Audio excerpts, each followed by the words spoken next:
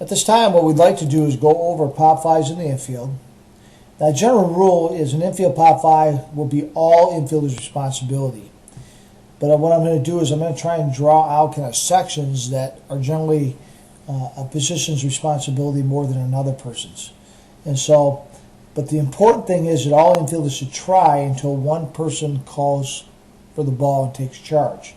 Now, when calling for the ball, you should yell loudly 3 or 4 times in the infield so that people can distinguish who has and who doesn't, and they can get out of the way.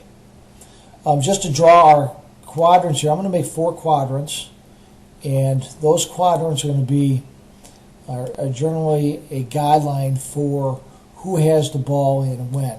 Now, these aren't written in stone, and if you need to grab the ball, then certainly grab it. One of the things that we want to do is kind of go over, we have our third base quadrant, our first base quadrant, our shortstop quadrant, our second base quadrant. Any ball that's hit from third base into foul territory, and generally in this region here, is the third baseman.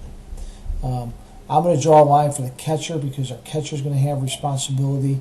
But generally speaking, if you're moving in towards the dugout, it's much easier for the third baseman to catch that ball than it is the catcher. Also, towards the mound and the pitchers, we don't want our pitcher to necessarily be in play. Pitchers need to move out of the way unless no one is called for it. Then you need to take charge. Our shortstop, anything in back of third base, if we draw kind of a line, anything in back of third base, and in this general area, even down the line here, it's a easier play for the shortstop to make than the third baseman have to run backwards because the shortstop is moving sideways in that position and can track the ball better. So anything in this general area, short left field, and in center field to the bag and out in this general area is the shortstop. For the second baseman, anything in back of the bag is second, all the way into short right field, and then in back of first base. And again, it's much easier play for the second baseman to make in this general area than the first baseman. The first baseman has to be tracking backwards, and oftentimes a very difficult catch. And the outfielder has to run a long distance to make that play. So the second baseman needs to be aggressive and attempt to make those plays in short right field or in foul territory. The first baseman, similar to the second baseman, would have responsibilities for the area from the pitcher's mound in foul territory and generally in this area.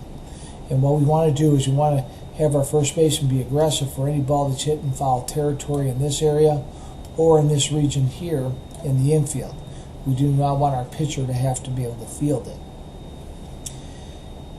Our catchers are responsibility for really from the home plate back in either direction.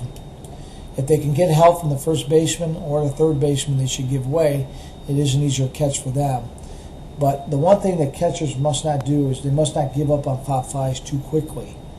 It's an important point. The ball oftentimes travels back to them off the bat. They may look to be foul, but they end up being fair because they spin back to the infield. So you really have to be careful as a catcher. You need to track it carefully until the ball actually falls. Now, the one thing that you want is a shortstop and second baseman, just to kind of review. Shortstops and second baseman want to be aggressive towards the foul lines and into short left and right field.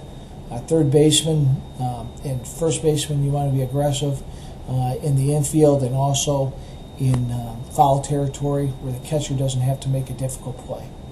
And the catcher needs to make sure that they track the ball effectively, making sure they don't take their eyes off it. Thinking that the ball is going to be fouled, they want to make sure that they track it all the way so the ball doesn't spin back and touch down in where it could have been made a play. And then the pitcher, what they need to do is primarily communicate which player has it. If a player doesn't take charge, then the pitcher obviously takes charge of the situation. If there's a ball that's hit in the middle of the infield here, but generally speaking, the infielders should take charge, and the pitcher can help with that communication. if they see that one person has a better angle than the other, then they certainly do yell out who should take that ball based on what they see. So that's just the general rules for pop fives in the infield.